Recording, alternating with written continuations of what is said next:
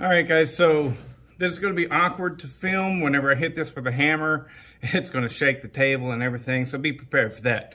So this is my Craftsman. I don't even know what they call it. I think they call it a 3.4, maybe. I don't know. But it is basically, it's a Poulan 3400. I did measure the bore and stroke before I took it apart because I wanted to make sure what it was. And it is 56.30003 cc's, which tells me it is a 3400. It has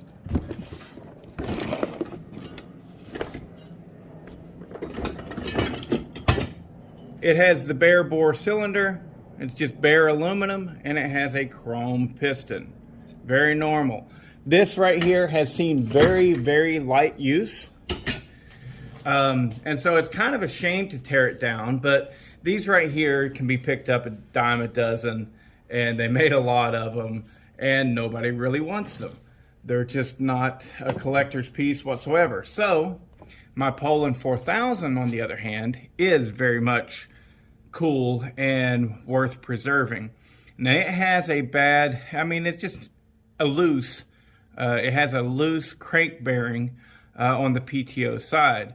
Now I've already went ahead and removed the crank bearing from the flywheel side of this saw. Now I'm fixing to remove the crank bearing from the PTO side. And what's important is, before you do this, is make sure on the inside, this is the side that faces the crank. If you look at the crank, all right, so this will be the PTO side. Do you see that little step right there? Little step. So that has to be able to drop down into this bearing, and the surface of this has to be the right distance. Okay, so if I took this bearing and I pushed it flush to the surface of this case, then I'd have problems. This right here would be riding directly on that bearing. The cases would not want to pinch all the way shut. So what you have to do is you have to leave a gap. And so before you take that out, you've got to figure out what that gap is. And I just went digging through various different washers, and I got lucky and I scored this one, which is exactly that gap. So now whenever I press that bearing into the new case, all I've got to do is ensure that I have this washer on there and then something flush across this side, and the washer will prevent the bearing from going too deep. That's what she said. So let's go ahead and take it out. One thing that I feel like gets overlooked a lot is the usefulness of a heat gun. This is just a very typical Wagner heat gun. You find these things all over the place. What you want to do is you want to try and keep the heat on the case, not so much on the bearing, because you want that case to actually get hot and expand. You don't so much want the bearing to get hot and expand.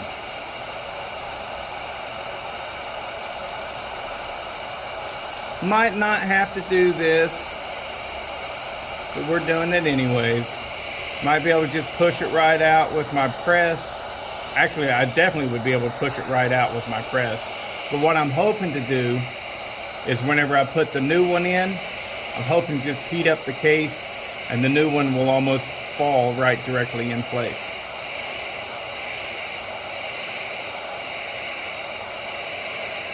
I've got the other crank bearing right now currently in the freezer getting cold. That's what you want to do. You want to get them ice cold in the freezer so that the bearing gets smaller but the case expands. All right, let's see what we can do here. All right, we want to drive it out. Find, I've already done it in this case, find the right size socket, and here's where the camera is going to shake violently.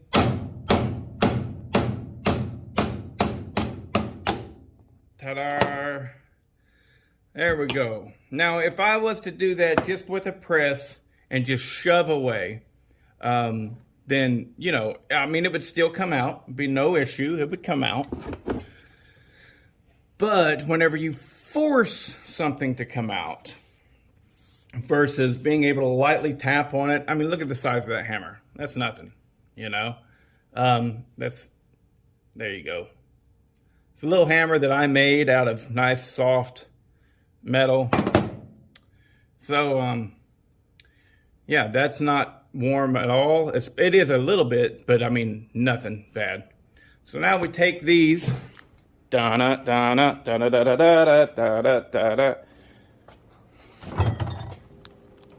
these right here, the reason I'm doing this and I didn't just buy new stuff.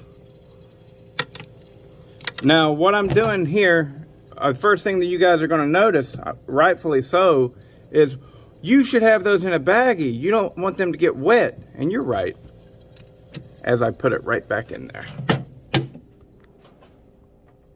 Surely you don't want it to get wet. I understand that. But I'm doing this operation quickly. It's not like I'm waiting overnight or anything like that. What I'm fixing to do right now is get the Poulan 4000 cases ready to receive those cold bearings. And hang in there, I'll show you.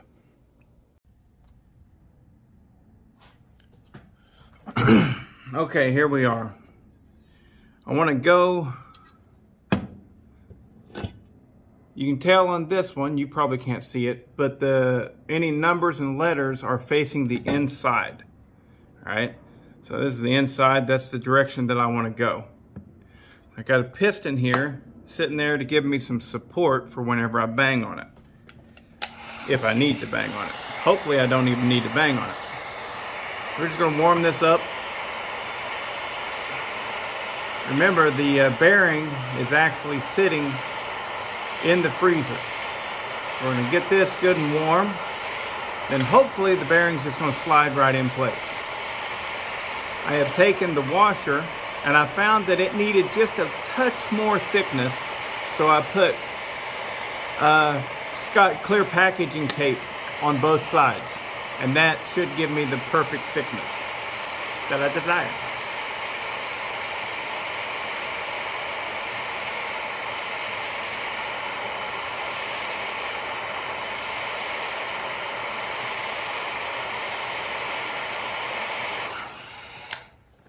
All right, let's go grab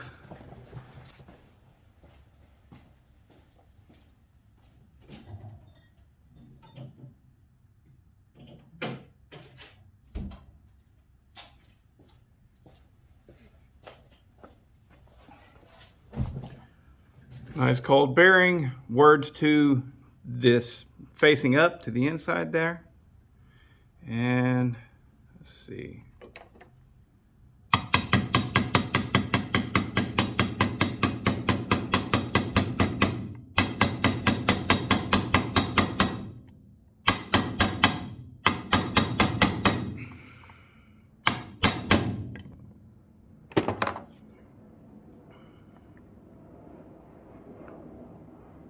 That does it. Knocked it right in there. Excellent. Yeah, we're good. So it's just shy of the surface, leaving room for the brass portions on that crank. We're good to go. So now, that's the only bearing that I needed to replace. However, since I'm this far, I do have a bearing that I'm sure is better than this one. So I'll go ahead and remove this. I don't know. Yeah, it's got some rust in there. I'll go ahead and remove this and put the other bearing in there as well.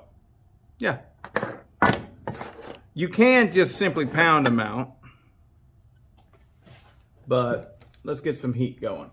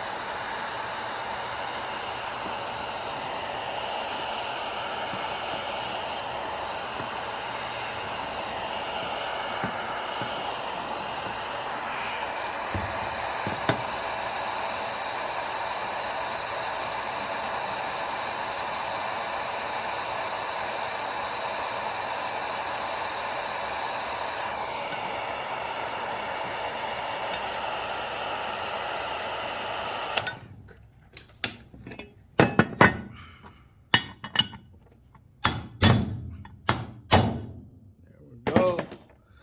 Grab the new one.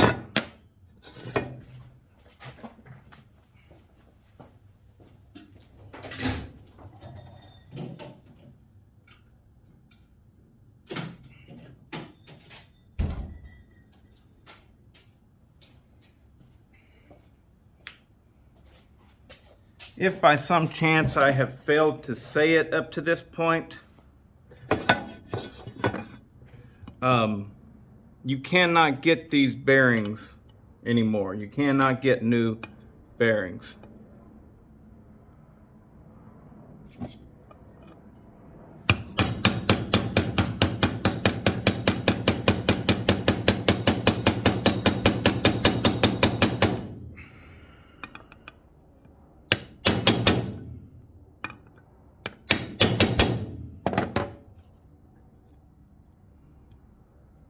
Golden. Golden. So there we go. We got our new bearings, or well, lightly used bearings out of the Craftsman and into the Poulan 4000. Now it's time to put some new crank seals in there and put it all back together. So this right here, I'll go ahead and show you. I already got a new piston on there. This is a little red barn piston. New bearings.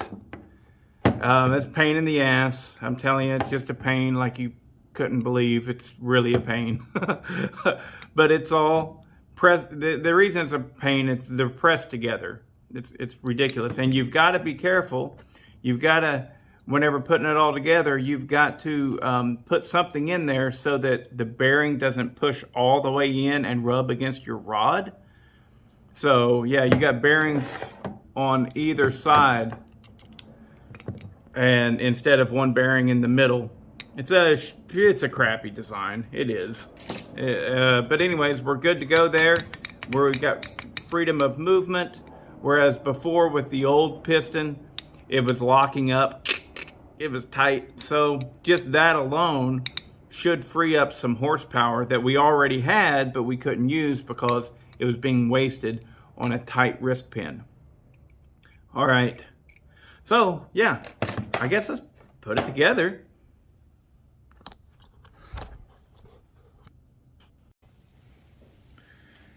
There we go. We got it all set up. New piston. Newer bearings. The crank is nice and tight. It still has a little bit of wobble on this side. I mean, barely anything. But, you know, it does have some. And from what I understand with these, some is unavoidable. So, but before it was really clunk, clunk, clunk, clunk, walking back and forth. So I am happy, and I am convinced that I've got good bearings in there now. Got the new seals. The case is nicely sealed up. I did a lot of cleaning on the case halves on the inside.